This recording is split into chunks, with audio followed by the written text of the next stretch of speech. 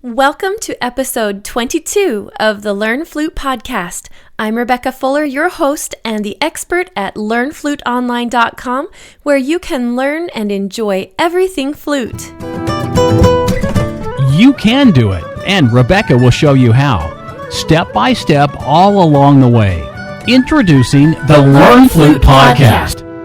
Today we're going to be talking about what you should actually be seeing when you view your music. Now, this is a really great lesson, and it's something I show my private students often because it makes such a big difference. So let's get going. The reason I thought to talk about this subject today is because I recently had a lesson day with a whole set of students who were all about the same age and about on the same level. And the interesting thing I noticed as the day progressed along was that they all seemed to make about the same mistakes on the same pieces in the exact same spots. Now, this caused me to reflect a bit and assume that these type of mistakes were best fixed by being prevented. Now, there are times when I just have to say that the human brain just tends to work in certain ways, and we'll just have to learn the skills as we need them. Just like J.P. Morgan said with the quote of, "Go as far as you can see, and when you get there, you'll be able to see farther." But we all know from experience that even an ounce of prevention is worth several pounds of a cure. So let's talk about this with a little visual of just starting brand new on a piece of music. So imagine yourself taking it out of the file or opening to the new page in a book. Smell it if you need to, but then let's freeze right there and see what actually happens next. There's a small stage that every student goes through about right now, and that's just let me at it. You know what I'm talking about. You almost unconsciously want to start doing those fingerings right away because we like to view sheet music as something to physically do. But I'm going to say, whoa, Nelly, back up the track and hold the phone because there are a few things that must be done before you go and attack the new tune. Of course, I'm exaggerating just a tad bit here, but for some of you, this will ring pretty true.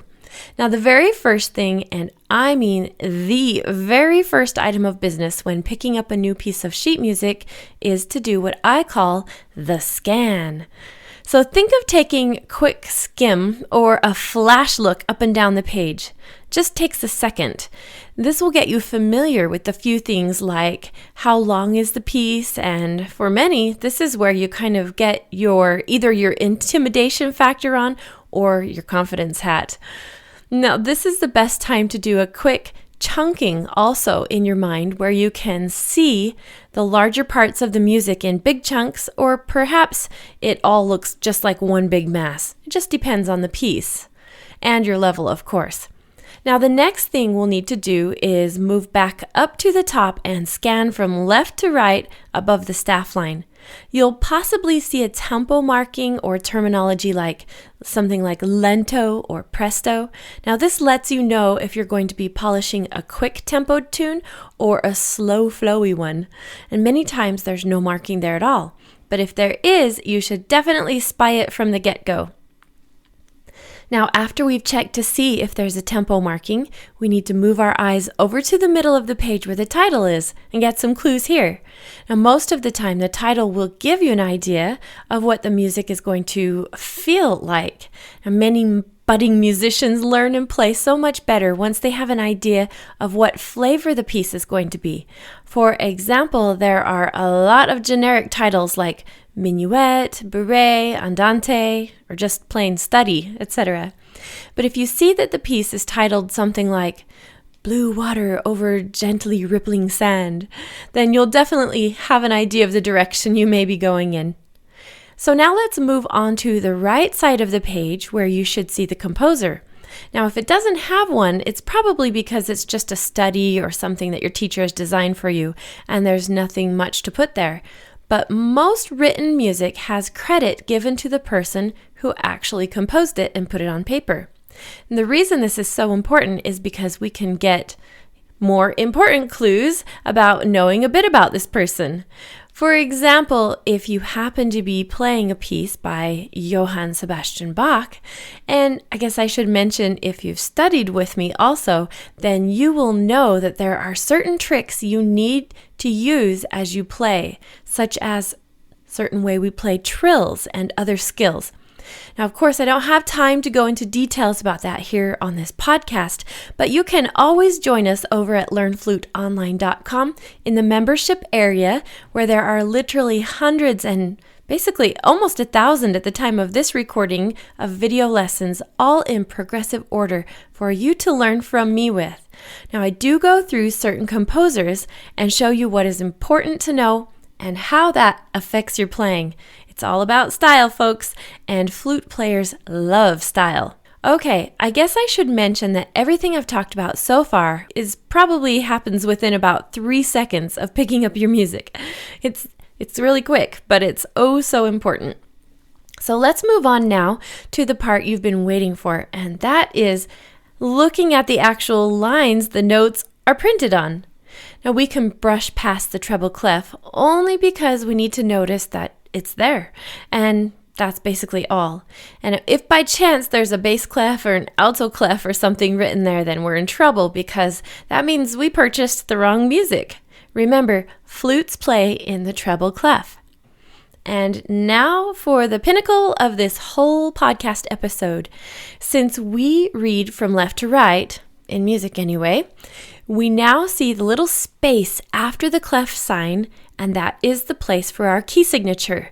Now, I feel like shouting, ta-da, right here, because this is the reason there are so many mistakes when sight reading and new pieces of music come.